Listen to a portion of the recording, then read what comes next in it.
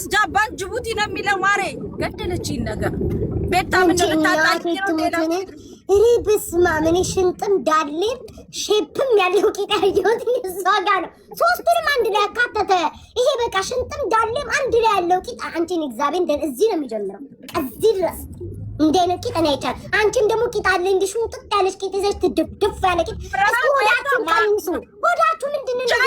ዛሬ እኮ ተናገርኩኝ ቤታ እኛ ሆዳችን ነው ዳሌ በቂያችን ነው እንደ ሀገር ስም ይቃጫለች አይደል እንዴ ምንም ነገር የሌላ 16 8 ቁጥር ውዴ ይሻላል። ኧረ ይቀጣው መቶ እጥፍ ይሻላል እንደዛ ከመድቦልቦል እኮ መቶ እጥፍ ይሻላል። ግን ደግሞ ላመልኛለን አገባም እኔ ነው እንዴ ነው ማገባኝ ይኸውልሽ የቀጮን ሰውነት ማለት ነው ያገራ ይፈቀደም ንፋስ ቢመጣ ይቆጥ ቢሄድስ የማሚ ማለት ነው እኛ በጣም ስናናድዳት ትጠራናለች ሆነ ካፌ ማለት ነው አትሰድበንም አንዴ ትራመድና ገላምጠን ወዳጅ ቄት እንደመጣ እናውቃለን። ለሩቁም ለጥሉም ያመሶብ እየቀረበ እንዴት ጋይስ ያንን ድም ያለ አይጥ የበላው መሶብ ከዚህ አሁንማ አይጥ መልቶት ጋይስ መሶቡ ተጥሏል።